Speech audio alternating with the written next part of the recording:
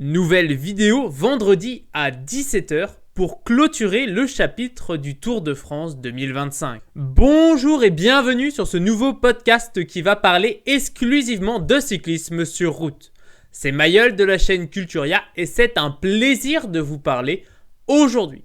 Et aujourd'hui, on se retrouve pour parler du Tour de France Femmes avec Zwift 2025.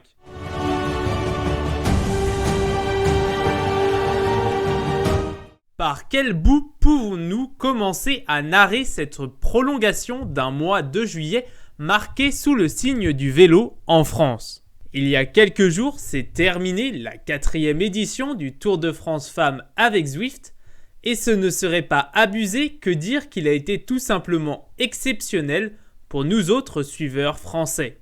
En effet, voir des Françaises performer au plus haut niveau international est plutôt rare dans ce sport dominé le plus souvent par des Néerlandaises. Et pourtant, dès la première étape, nous avons eu un vent d'espoir et une sorte d'avant-goût pour ce qui allait se passer lors des derniers jours. Dans ce premier jour breton, lors du dernier passage à la côte de Cadoudal, une Française arrive à se détacher presque sans faire exprès. Pauline Ferrand-Prévot devait emmener le peloton pour sa leader, Marianne Vos, mais un trou laissé par Elisa Balsamo fait se lever des milliers de supporters qui y voient une possibilité de victoire. Elle continue son effort involontaire, tandis que derrière c'est Kim Lecourt qui réussit à revenir dans les derniers mètres avec Marianne Vos dans la roue. Sans grande difficulté, la néerlandaise dépasse la mauricienne et s'adjuge ainsi une 258e victoire avec un nouveau maillot jaune pour une des reines du cyclisme féminin. Katarzyna Niewiadoma, Demi Vollering et autres Anna van der Breggen sont dans les bons temps de passage, déjà présentes dans le top 10 du classement général.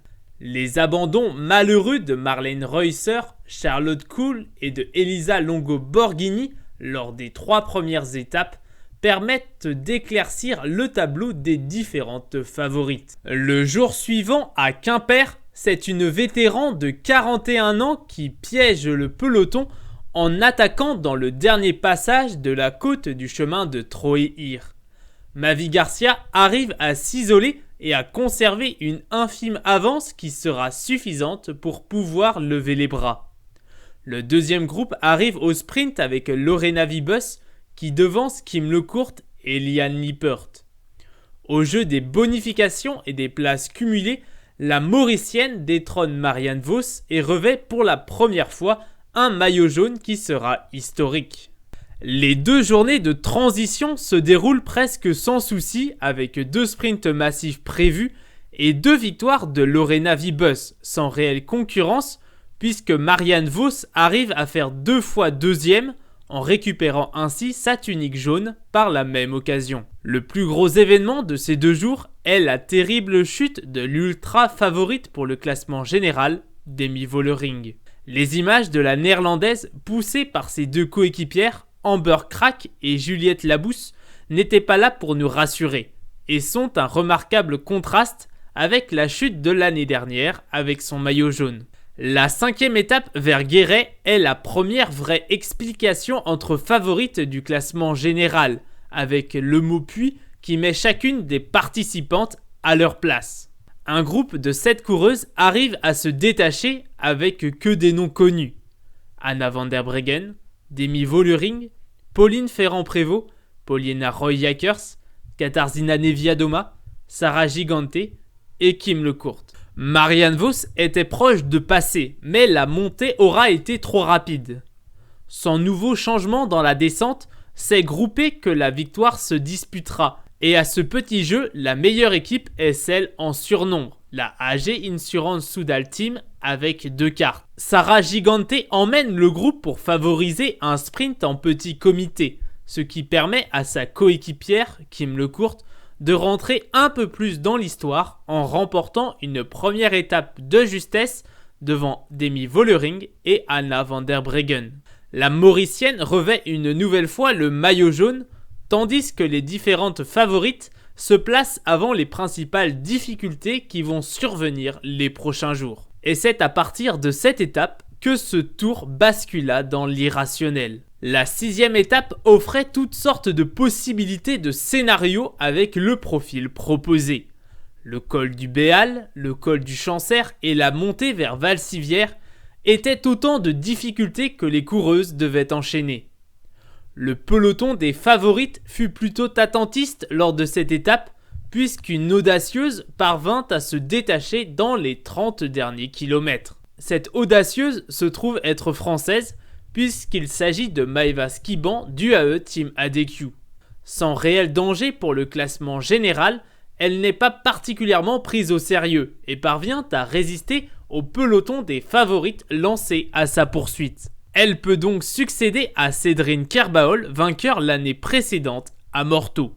La 7e étape avec la fameuse arrivée en descente n'aura finalement pas été très utile, puisque la plupart des favorites n'ont pas réussi à se départager. Seule la maillot jaune Kim Lecourt aura été un temps lâchée dans le col du Granier avant de pouvoir revenir dans cette descente. Mais à l'avant, l'échappée possède suffisamment d'avance pour que les plus solides puissent se jouer la gagne, comme c'est souvent le cas quand ça ne se regarde pas comme des demeurés. Les plus fortes ce jour-là étaient Ruth Edwards, Shirin Van Androoy, Marey Meijering et surtout Maëva Skiban. La Française surclasse ses camarades d'échappée et s'envole dans les dernières pentes pour faire la descente en solo.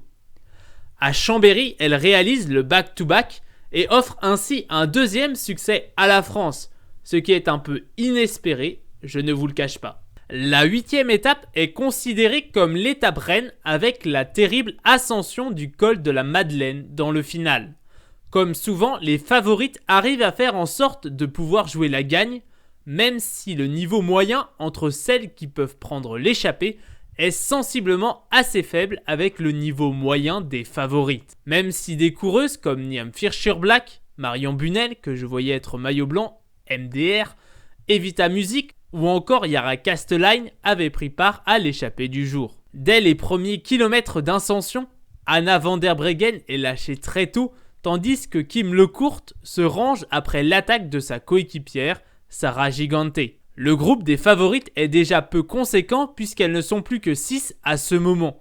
Pauline Ferrand-Prévot, Katarzyna Niewiadoma, Cédrine Kerbaol, Demi Vollering, Maëva Skiban et Dominika Wlodarczyk, Paulina Roy-Jacquers ayant suivi l'Australienne à l'avant. Katarzyna Niewiadoma puis Pauline Ferrand-Prévot partent à la poursuite de Sara Gigante, tandis que Demi Vollering semble collée par la pente. La Française va dépasser la Polonaise sans avoir l'impression de forcer et va même revenir sur Sara Gigante en peu de temps. Ensemble, elles vont avoir le secours d'une équipière chacune en la présence de Justine Guéquier, puis de Marion Bunel. La Française va ensuite user l'Australienne pour s'échapper une nouvelle fois sous les yeux d'une France ébahie. Elle va revenir ensuite sur Niamh Firschur-Black qui sera lâchée irrémédiablement à son tour. Personne ne pouvait lutter aujourd'hui contre la récente championne olympique de VTT. Un point commun intéressant entre les 3 premières de l'étape se trouve sûrement être au niveau du poids,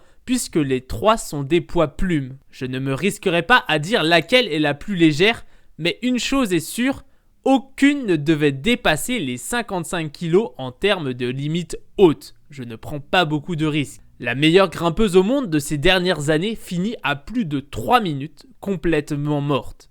Heureusement que sa chute lors de la 3e étape est là pour nous donner un semblant d'explication. La dernière étape offrait une nouvelle fois des possibilités pour renverser le classement général.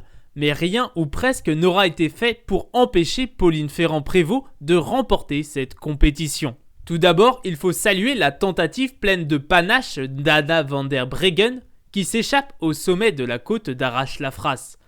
Elle fera en solo l'ascension suivante vers Jouplan avant de se faire reprendre dans le col du Corbier par un groupe des favorites qui roule à vive allure. La raison à cela est fort simple et repose sur une des grandes faiblesses de la 2e au classement général, Sara Gigante ne descend pas très bien. Lâchée dans la descente de Jouplan, elle effectuera les 50 derniers kilomètres en solo et ne parviendra jamais à revenir sur le groupe de tête qui cherche à la distancer. Dans le final, Pauline Ferrand-Prévot contre une attaque de Demi Vollering. et s'isole une nouvelle fois aussi facilement. Cela lui permet de remporter une deuxième victoire d'étape et définitivement le classement général de cette 4e édition du Tour de France Femmes avec Zwift. D'un point de vue chauvin, il s'agit de la 4e victoire d'étape française d'affilée, pas sûr de pouvoir revivre un moment pareil.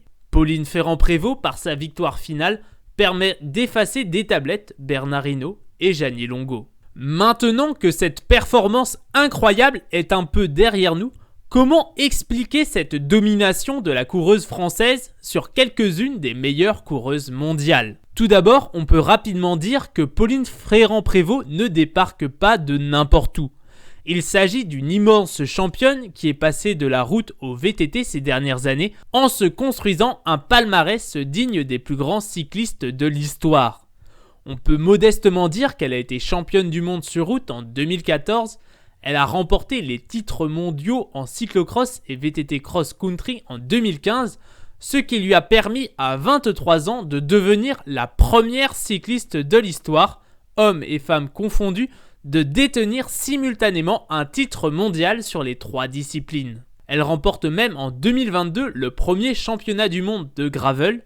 Inutile de dire que le vélo, ça lui connaît. Plus récemment, elle a même été sacrée championne olympique de VTT cross-country en 2024, ce qui lui a permis de tourner la page du VTT pour se consacrer à la route dès l'année prochaine. Chose qui lui a réussi avec la victoire sur Paris-Roubaix, une 2e place sur le Tour des Flandres et maintenant une victoire sur le Tour de France Femmes avec Zwift. Un deuxième élément que j'avais déjà évoqué lors de la 8e étape concerne le poids, élément essentiel qui est apparu lors de cette compétition concernant le risque de maigreur extrême lancé par Cédrine Kerbaol. En effet, Pauline Ferrand-Prévot a assumé sa préparation ciblée qui lui a fait perdre 4 kilos, en comprenant les critiques qui sont légitimement arrivées. Je cite « Je ne veux pas rester comme ça, je sais que ce n'est pas sain à 100%. Je n'ai rien fait d'extrême et j'avais encore de l'énergie après 9 jours de course. C'est un sujet délicat puisqu'il faut trouver la limite, mais je sais aussi que je ne peux pas rester comme ça éternellement. C'est le choix que j'ai fait. » Fin de citation. A l'inverse, Demi Vollering a préféré rester sur un discours plus motivant afin de montrer l'exemple. Je cite « Il ne faut pas être super maigre pour gagner. Je suis fier de mon poids.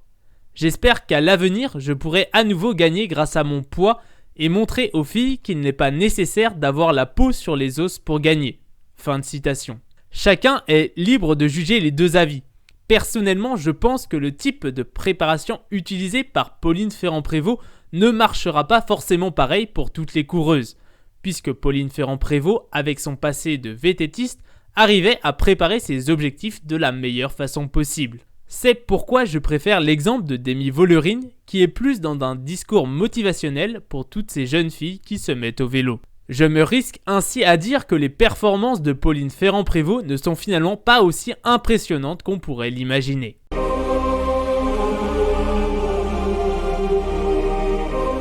Cette 4e édition du Tour de France Femmes avec Zwift aura été une parenthèse enchantée pour les suiveurs du cyclisme français, avec les 4 victoires d'étape et la victoire finale à Châtel, les Portes du Soleil. C'est la fin de ce podcast, j'espère qu'il vous aura plu. N'hésitez pas à vous abonner, à liker ou à mettre un commentaire pour exprimer votre ressenti ou votre opinion. C'était un plaisir, à bientôt.